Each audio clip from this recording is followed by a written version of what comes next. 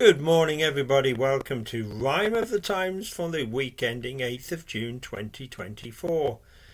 Sunak on a tax attack and people question his facts, but he won't backtrack. He then faces D-Day flak over his choice of when to come back, and with Farage's comeback, the odds against Tories are even more stacked.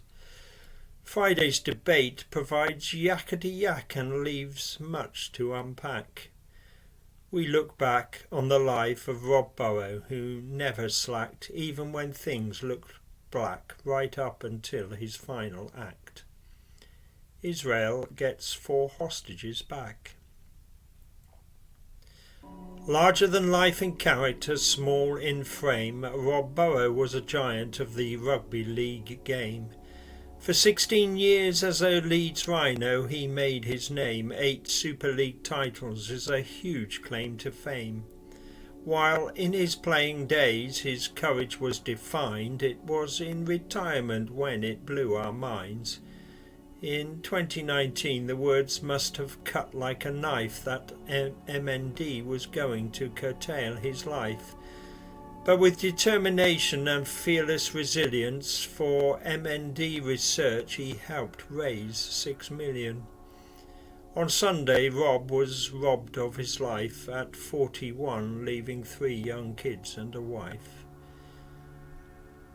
On Monday, amidst a media storm, a mainstream political career was reborn as Nigel Farage took the bull by the horns and took charge of the rising party Reform.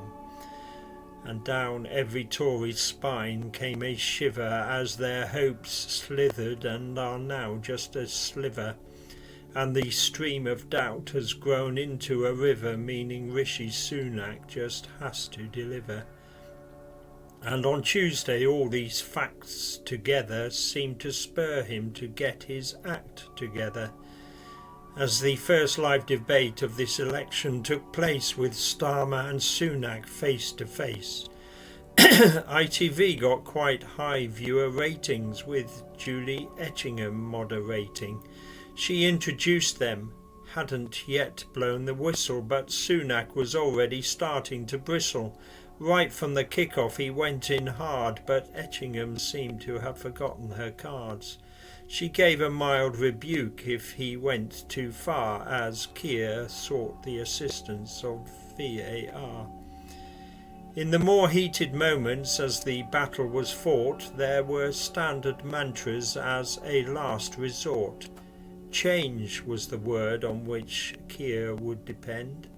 Change the record, viewers were thinking by the end, while Rishi would turn to "I've got a plan" when it looked like the shit might be hitting the fan. "I've got a plan" doesn't have quite the same ring as the stirring phrase used by Martin Luther King. Rishi may have wished he had just had such oratory as his election dreams go down the lavatory. For much of the contest he attacked with vigour until he was triggered by an audience snigger. It concerned his national service idea, which he defended stoutly, but his peak was clear. From then on he was rocking, not like a rock star, but like he'd been punched by a heavyweight boxer. In the fallout from the battle came a lot of wrath from many sources about Rishi's maths, mainly concerning the £2,000, which throughout the contest he'd bandied around. He claimed it was how much our taxes would increase if Labour got hold of the number 10 keys. The figure hadn't included any time frame, while the quoted sources had the number disclaimed. But just putting the number out there had been Sunak's desire, leading Labour to label him an outright liar. D-Day on Thursday spelt disaster for Sunak, with a gaffe from which he likely can't come back.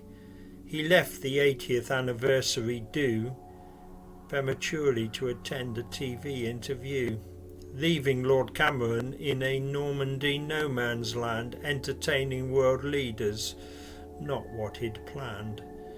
After a day of reflection and poignant speeches, recognising the heroes who ran onto those beaches to face Nazi fire so that Hitler couldn't reach us, all made Sunak's early exit look quite egregious. And how opponents made hay, including Starmer. After Sunak's lies, it must have felt like karma. Sunak apologised and tried to move on, but Conservative hopes must surely be gone. After Tuesday's debate with Dull and Duller, Friday's BBC contest promised more colour. Representatives from 7 parties competed. Many clashes from Tuesday night were repeated. Perhaps most outspoken was Mr Farage, who gave the 2 main parties quite a barrage. Penny Mordaunt had drawn the Tory short straw, with Sunak's D-Day faux pas still raw. She accepted the hospital pass with no fuss and promptly threw her leader under the bus. He was wrong, she clearly and calmly stated, but the leader of the House must have been irritated.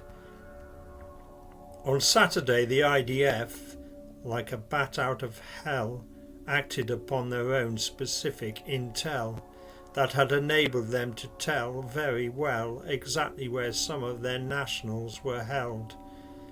And so 4 hostages were freed in a blaze of fury after 246 days.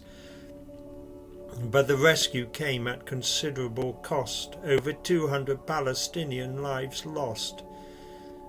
That's the Hamas figure. Israel says it's less. Whatever the count, it's a tragic bloody mess. But for Netanyahu, a rare success, justifying his strategy. And he was quick to stress Hamas are responsible for all the dead because of the murderous path they've chosen to tread. Whatever the case, innocents bear the pain. Emaciated Gazans maimed and blood-stained, under attack every day, again and again, and Israeli families whose every hour is drained by thoughts of loved ones still being detained.